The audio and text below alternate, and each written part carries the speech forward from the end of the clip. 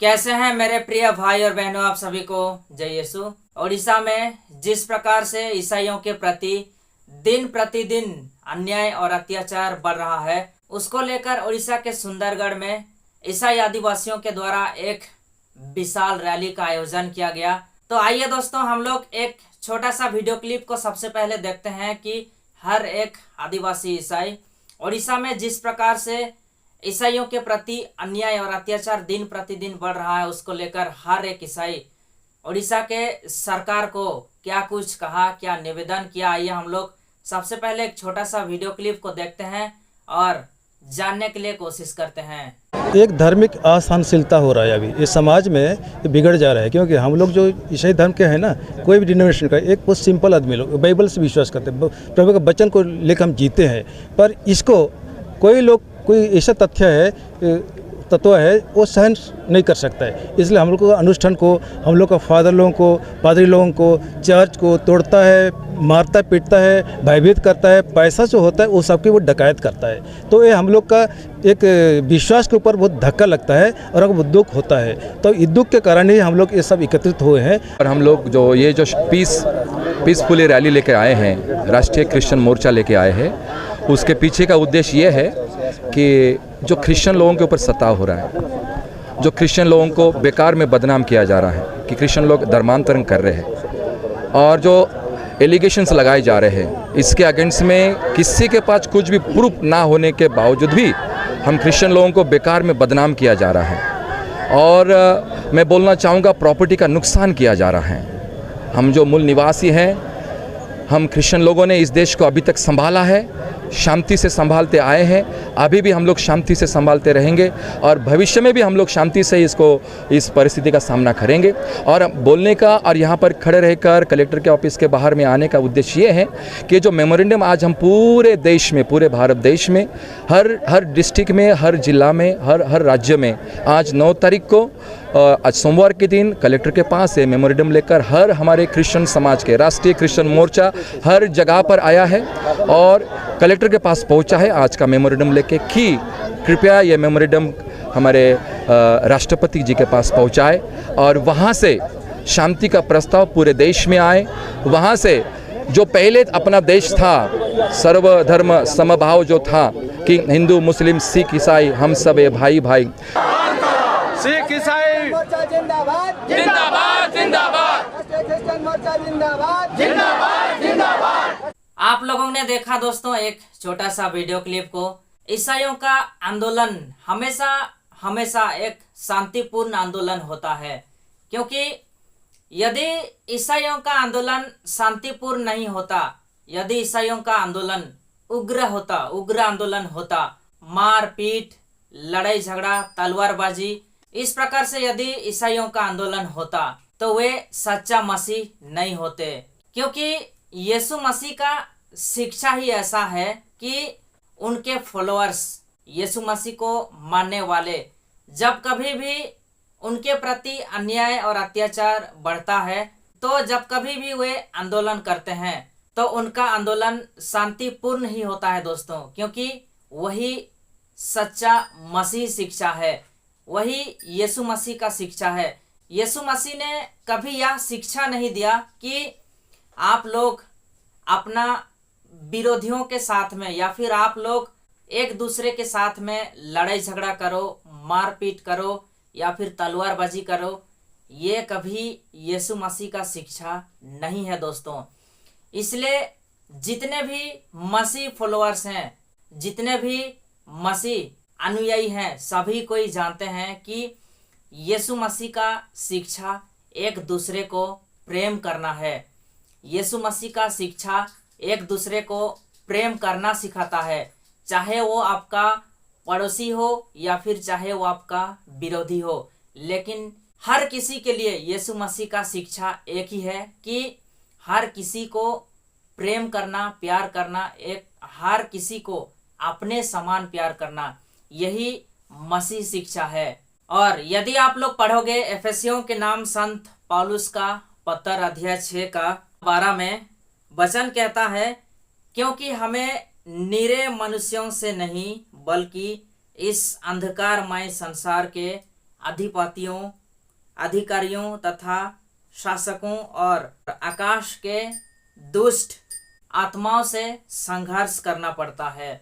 वचन कहता है कि हमारा लड़ाई किसी निरे मनुष्यों से नहीं है, अर्थात हमारा लड़ाई शारीरिक नहीं है, इस संसार के किसी भी लोगों के साथ में नहीं है, बल्कि हमारा लड़ाई आत्मिक है।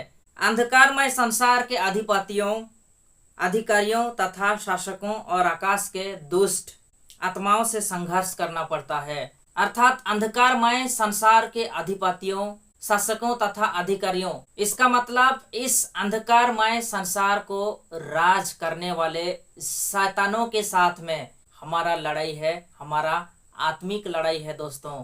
इस अंधकारमय संसार को राज करने वाले इस अंधकारमय संसार के अधिकारियों, शासकों, वे हैं शैतान, और हमारा लड़ाई उन्हीं शैतानों के साथ में है। हमारा लड़ाई आत्मिक है दोस्तों, हमारा लड़ाई शारीरिक नहीं है। इसलिए जब कभी भी कोई भी ईसाई आंदोलन करते हैं तो उनका आंदोलन कभी उग्र नहीं होता है दोस्तों, उनका आंदोलन शांतिपूर्ण आंदोलन होता है, क्योंकि वही मसीह का शिक्षा है। जब इस प्रकार से ईसाइयों के साथ में दिन प्रतिदिन अन्याय और अत्याचार बढ़ रहा है तो बहुत सारे ईसाई लोग भी यह सोच रहे होंगे कि हमारा परमेश्वर तो सच्चा है, हमारा परमेश्वर तो जीवित है, हम जिस परमेश्वर को मानते हैं वो एक लौता सच्चा और जीवित परमेश्वर है, इस संसार को सृष्टि करने वाला, इस मानव जाति को बनाने वाला परमेश्वर है। लेकिन फिर भी हम लोगों के साथ में इतना अन्याय और अत्याचार क्यों? क्योंकि हम जिस परमेश्वर को मानते हैं वो सच्चा और जीवित है।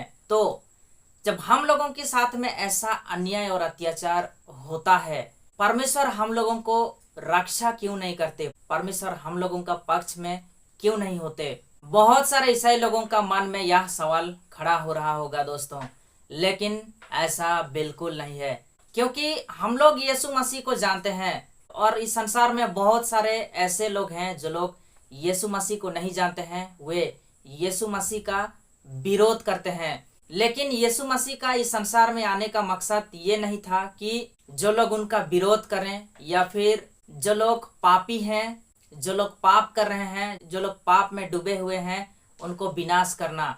ऐसा यीशु मसीह का शिक्षा बिल्कुल नहीं है, या फिर यीशु मसीह का इस संसार में आने का मकसद ये नहीं था। यीशु मसीह का इस संसार में आने का मकसद यही था कि जो लोग पापी हैं, जो लोग पाप में डूबे हुए हैं, उनको भी मौका मिले कि वे भी सच्चाई को जाने और वे भी पश्चाताप करें, मन फिराएं और एक नया जीवन का शुरुआत करें, यीशु मसीह में एक नया जीवन का शुरुआत करें। यीशु मसीह का शिक्षा यही है, यीशु मसीह का इस संसार में आने का मकसद भी यही है। इसलिए यीशु मसीह हर एक को उनका जीवन में न जाने कई मौका देते हैं कि वे सच्चाई को जाने, वे पश्चाताप करें, मन फिराएं और परमेश्वर की ओर लौट जाएं। यीशु मसीह बहुत सारे लोगों को ऐसे कई मौका देते हैं दोस्तों, और आप लोग आज के समय में देख पा रहे होंगे कि कई सारे लोगों ने यीशु मसीह को जान रहे हैं और यीशु मसीह को विश्वास कर रहे हैं, यीशु मसीह को अपना उद्धारकर्ता के रूप में स्वीकार कर रहे हैं। और यीशु मसीह का मकसद भी यही था कि लोग जाने, मन फिराएं, पश्चाताप करें। और रही बात जो लोग यीशु मसीह को मानते हैं, जो लोग यीशु मसीह के ऊपर विश्वास करते हैं, उन लोगों के साथ में जिस प्रकार से सताव हो रहा है, उनको जिस प्रकार से मारपीट किया जा रहा है, अत्याचार किया जा रहा है, ये होना है। यदि यीशु मसीह चाहते तो उनको मानने वालों के ऊपर थोड़ा सा भी खरोच नहीं आता, थोड़ा सा भी आँच नहीं आता, थोड़ा सा भी खरोच नहीं आने देते। लेकिन ये सब कुछ होना है दोस्तों। जिस प्रकार से यीशु मसीह के साथ में हुआ, उसी प्रकार से उनको मानने वालों के साथ में भी होगा। यदि आप लोग पढ़ोगे संत यूहन्ना लिखित सुसमाचार का अध्याय 15 का 20 में, तो लिखा है, मैंने तुमसे जो बात कही उसे याद रखो, सेवक अपने स्वामी से बड़ा नहीं होता। यदि उन्होंने मुझे सताया तो वे तुम्हें भी सताएंगे। यदि उन्होंने मेरी शिक्षा का पालन किया तो वे तुम्हारी शिक्षा का भी पालन करेंगे।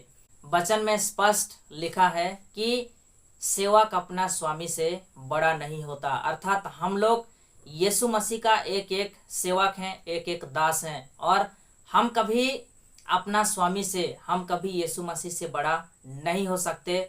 और इसलिए यदि यीशु मसीह के साथ में ऐसा हाल हुआ, यीशु मसीह को यदि लोग सताए, उनको मारे पीटे, उनके साथ में अन्याय अत्याचार किए, तो हम लोगों के साथ में भी ऐसा होना है।